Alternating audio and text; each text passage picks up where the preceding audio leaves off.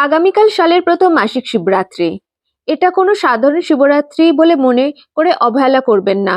এই দিনের জন্য আমি এমন একটা মহা উপায় বলবো, সেটা যদি আপনি করতে পারেন তাহলে আপনার বৈভব বাড়বে, মান সম্মান বাড়বে, আপনার ঘরে শান্তি আসবে, ঘরে পয়সা আসবে, ঋণ শোধ হবে, বাবা মহাদেব ও মা পার্বতীর কৃপা আপনার উপর বিরাজ করবে। আপনার কি করতে হবে জানতে হলে আগে অবশ্যই আমার চ্যানেলটিকে আপনাকে সাবস্ক্রাইব করতে হবে। ভিডিও ভালো লেগে থাকলে লাইক এন্ড শেয়ার করতে ভুলবেন না। আগামীকাল আপনি স্নানাদি সম্পন্ন করে শিব মন্দিরে চলে যান। সকাল হলে খুব ভালো, সারাদিনে যে কোনো সময় আপনি করতে পারেন। বাড়ি থেকে গঙ্গা জল, ঘটি, দুধ, দই, ঘি, মধু, শর্করা সাথে নিয়ে যান। আর নিয়ে যান বেলপাতা, তাতে চন্দন লাগিয়ে নিন, একটু ভস্ম নিন, আর একটা পৈতা নিয়ে নিন।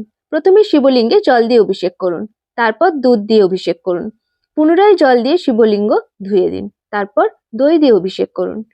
আবার পুনরায় জল দিয়ে শিবলিঙ্গ ধুয়ে দিন, তারপর আবার ঘি দিয়ে অভিষেক করুন।